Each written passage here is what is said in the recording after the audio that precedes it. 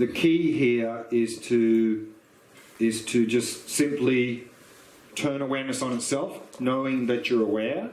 Of course, in the beginning phases of this practice, probably what's going to happen is something pops up and then off we go. And then maybe some time later we come back and then off we go, and then maybe the duration that we're gone gets less, and then we'll notice that we start to go and we come back, and then what will happen is that there'll be this sort of... So then you'll find that there'll be a period there where you are being aware, and at the same time you're noticing all these things. And if you keep mainly focusing on awareness, they'll slowly fade out, and they'll still appear, but you won't register. It's a little bit like, let's say you're at home, watching something on TV, and you're quite focused, and there can be some noise out in the street.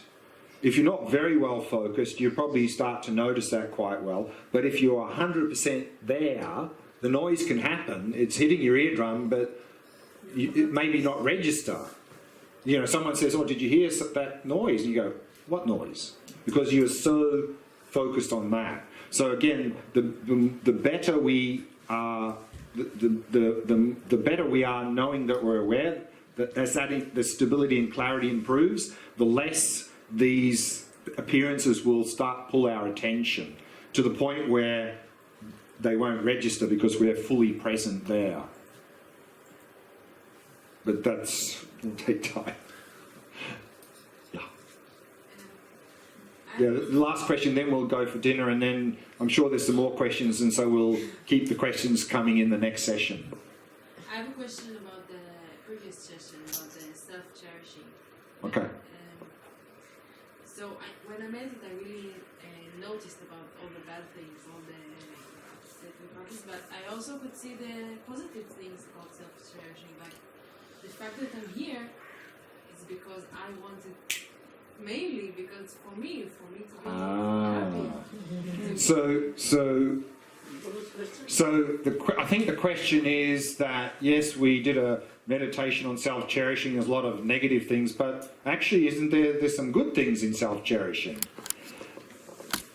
Here we need to understand this word self-cherishing. This word self-cherishing has got nothing to do with feeling good about ourselves or taking care of ourselves. That's nothing to do with self-cherishing. So we need to look after ourselves and take care of ourselves. Self-cherishing is simply seeing our happiness as more important than the happiness of anyone else. It's the selfish, self-centered attitude. That's self-cherishing. So of course we need to develop ourselves, take care of ourselves, and we have aspirations to do that, but that's nothing to do with self-cherishing. Because it comes with a cost. I mean, I came here. Yeah.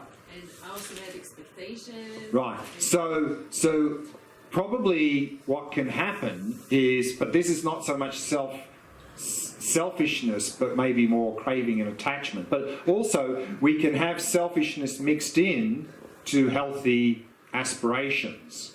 Then they not becoming too healthy. So it's not like that the selfishness is good, it's just that it's often stuck with some good aspiration. So we need to, again, distinguish those two and reduce the selfishness as much as possible and increase the healthy aspirations as much as possible, and then things will go a lot better. So again, there's probably going to be a mixture in there.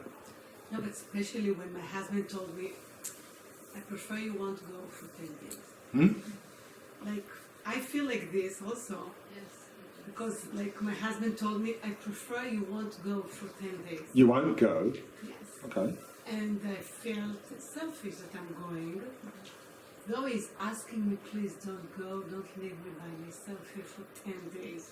Right, but 3, 4, 10 days. But so again, like a little bit. Again. So I told him, listen, I'm going to take care of myself. But exactly.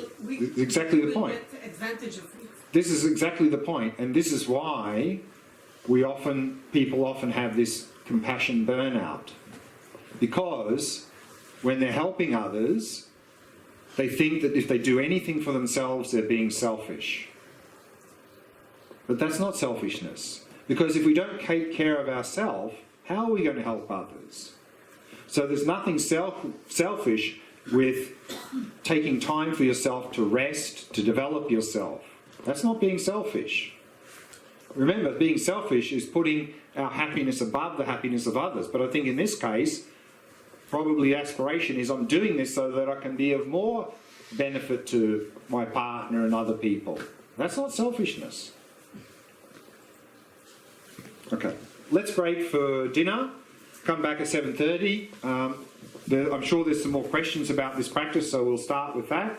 And then this evening's topic, we'll have a look at these 4 philosophical systems in Buddhism and have a look at why it's also helpful for us to have a little bit of understanding of those systems. How can that help us?